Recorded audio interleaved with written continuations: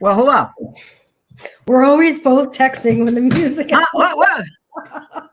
Like, oh, we're live. We're supposed to be doing or saying something. Right. Okay. Yes. Okay. So we're going to talk about real estate today. We're going to talk about real estate unscripted. We don't have a script? No. Oh, boy. Okay. Well, we'll figure something out. Not in the budget. Yeah. When is this all going to stop being so crazy? I don't know, but for anybody prior to this past 18 months or however long it's been that didn't believe in the expression or didn't understand the saying, if you want to hear God laugh, tell him your plans. Well, it has never been so true, like trying to plan anything. So predicting, never mind planning, I think is a little tricky. Well, I like to say, predicting the future is easy. Getting it right is the trick. But I'm going to tell you how I think this is going to look when we finally enter the next phase. Okay? Because we can't have this low inventory, sellers live in Candyland, environment forever. It is an unsustainable thing. Okay? Mm-hmm. So this is how it's going to wind down and become more of a balanced market. Right now, there is a moratorium on foreclosures and evictions in most states. Yep. And at some point, that foreclosure and eviction moratorium will run out. And every REO agent that I know, and I know a few, and I know you do too, is girding their loins for the lion charging over the hill of a ton of distressed property hitting the market. Yep. And more inventory will go quickly, but it'll also affect prices. Yep. Because supply and demand is what dictates the crazy prices we're in now. Mm-hmm. Because of low supply and high demand, we're going to have a higher supply and the demand will change. That is how it's going to change. And we will not see the crazy appreciation curve that we're seeing now because the distressed property is going to be priced to sell. Not just bank-owned property, but people that are facing foreclosure that want to avoid foreclosure. Short sales, distressed sales, mm-hmm. A lot of matrimonial sales are going to hit the market, a lot more divorces because soon people are going to be able to move around again more freely. Yeah. And that is going to be how this ends. It will not be the crash that we saw in 2008-9. Right. But it'll make some noise. It'll make some noise. Okay? So that is how this is going to end. There are tens of millions of underemployed and unemployed people right now who can't pay their mortgage and their rent. And at some point, that is going to have to, that's a piper that must be paid. Okay? Yeah. You can't disagree with me because I'm right. You are right. And I don't disagree with you. It makes a lot of sense. And I also think that we are extremely blessed to be in the area that we are in. We're a little more sheltered and protected. Well, number one, the onslaught of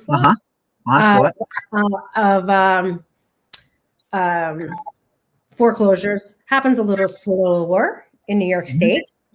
Also, we are in an area where there's a lot of new money and a lot of new energy and a lot of new blood moving in as opposed to everybody going out. Although you would think everybody's leaving New York State, according to the media. It's not true. Just like the media is not right that everybody's moving to Florida. There's just as many people leaving Florida as there are going into Florida. So, there's areas that will be impacted much worse, where foreclosures will happen much quicker. So that's my take. Oh, yes. And where the crash is going to hit the hardest is going to be where it's easiest to foreclose. So Is there an echo in here? Florida, the Southwest, California, probably a little bit in Texas.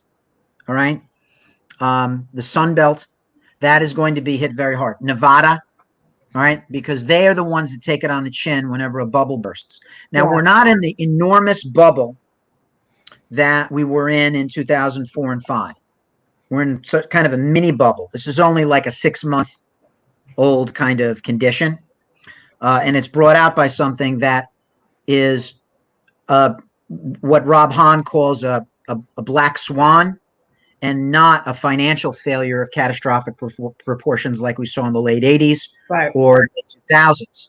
A black swan is kind of like, you know, that year that the first quarter was insane because of the buyer home credit. Mm-hmm. That's what you mean by well, that's sort of no. Black swan is an unpredictable outside event. Right. Okay.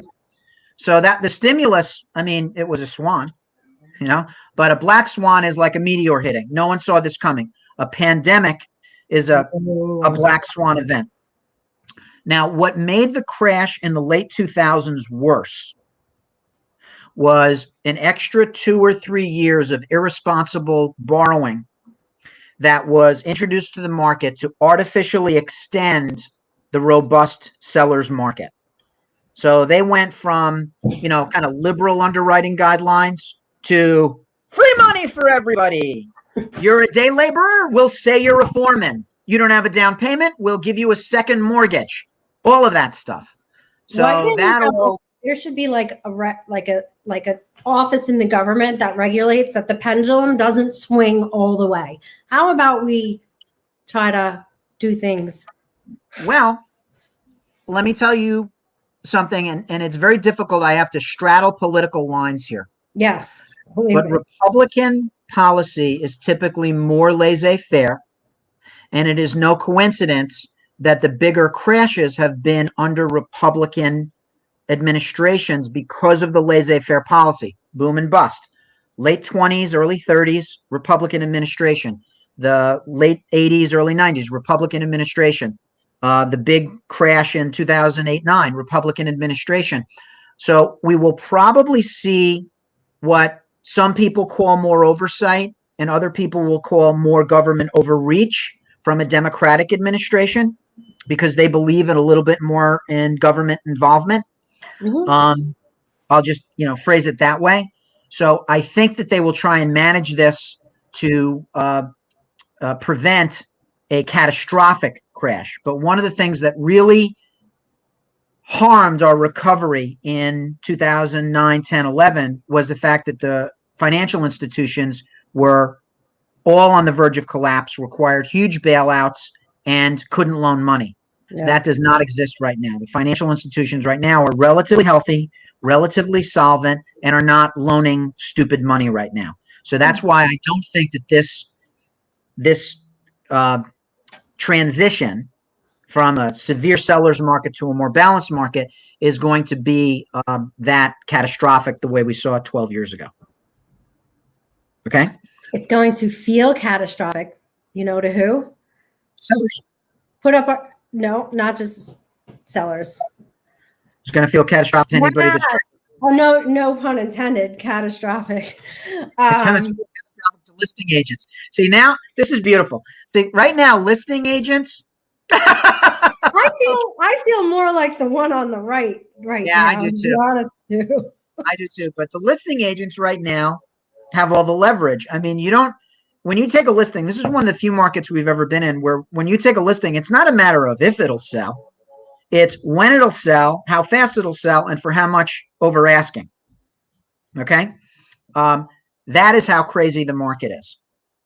Buyers agents are making 5 and 10 offers with the same people, and it's rough to be a buyer's agent right now. You've got a dearth of choices, and you've got clients who have their offers, no thank you, more than typical, way more than typical. So we're in a historically skewed market, and the worst thing we could do is to create baloney lending guidelines to artificially extend the robust market. And it'll be done for us, as a matter of fact, with more distressed property hitting the market. Yeah, agreed. We're going to be busy. I also think as the vaccines rolls out, and I think we've said this before, also people who just don't want to deal with selling their house right now will come on the market. There's definitely a whole market of people out there just don't want people traipsing through their house. I have a client who put their house on the market, hoping it sold in the first week, booked a vacation, praying that by the time they get back, it's done. But because they did not want, people in their house. There's people that can't sell and there's people that won't sell. And the pandemic is, especially for people who are, perhaps immune compromised or don't have a gun to their head or, would move out of convenience under more favorable circumstances, they are staying put. So we created this inventory shortage with low interest rates. We manipulated the market. We interfered in our own lives. All right. So we manipulated the market for the past 20 years by continually lowering interest rates. So back when we were when we were teenagers in 2000, Jen, when we were in high school, they started lowering interest rates below 7%. Yep. And every year, as it went to 6, and then it went to 5, and then it went to 4, then it went to 3, we kept saying, how much lower can it get? And be careful what questions you ask because you're going to get an answer. We now have people that are in mortgage interest rates under 3% for a 30-year fixed. Why would you move? Oh, no. Definitely if you just refied into 2 3/4%, you'd mow your lawn a couple extra years, right? Why? What's the problem with assumable mortgages? I mean, I would get so many more deals done. Why did they do away with that? Because in the crash in the 80s, the banking industry, which saw the collapse of the FSLIC, the savings and loan industry, incorrectly blamed assumable mortgages for the crash, just like they blamed mortgage brokers on the last crash. So the banking industry is great in blaming them. Assumable mortgages were never the problem. Assumable mortgages were part of the landscape from the 1930s when FHA was established through 1987. And the last freely assumable mortgage was made in 1987. Then they did away with them. You could assume a mortgage with approval, but if you're going to go through the approval process, why not just get a better loan? So my parents assumed a mortgage in 1957. I think they paid $1,500 to buy their house in cash and just assumed the payments. And by the time I was a kid in the 70s, it was just about paid for. Especially on the commercial, like if we had assumable mortgages on the commercial end, it would help a ton of people, a ton right now, I've sold just a handful of assumable mortgages upstate when I was in Rochester in the 90s.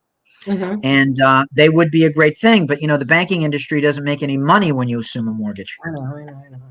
But, we got a lot of people on life support right now, not just the banking industry. I know this is more a residential based show, but, large office building owners and multifamily owners and all these people are really hurting. So we're in a very tricky transition. If I were investing in commercial property, I think I would bank heavily on the future of logistics, deliveries, storage, self-storage, warehouses, storage houses, things like that, because that's the new economy. People are buying online, right?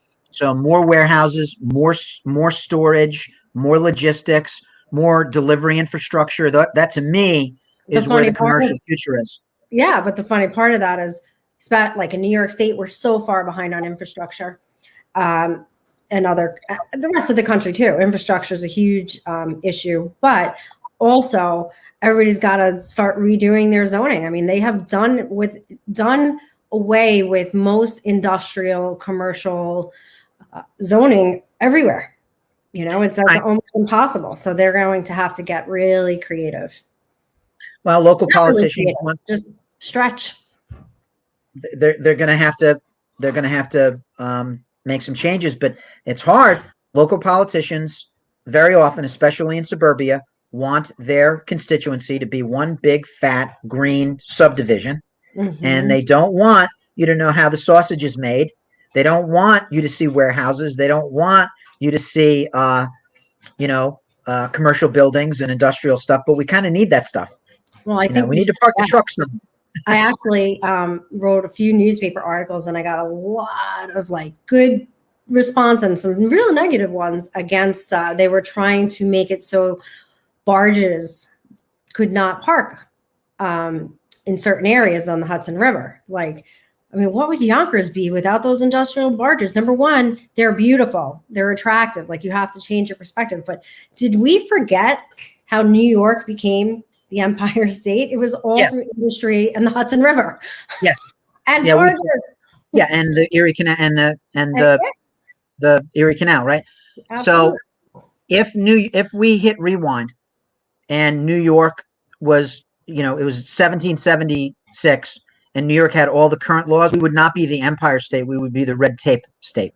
I mean, it's not much better other places. I mean, I have to say, like, for example, infrastructure, we saw what happened in Texas with failure to invest in infrastructure, right? Yeah. So Texas had basically a natural disaster based on a failure to update their infrastructure. Yep. And one guy wrote this like awesome thing about the red states kind of versus the blue states, and I hate politicizing this, but here, let me read this to you. My bet is that most of the infrastructure money Biden is looking to go for will go to red states which don't pay for their own infrastructure, such as Texas, allowing them to keep their taxes down, attract our businesses and retirees, and then mock us for our high taxes. Great scam they have going.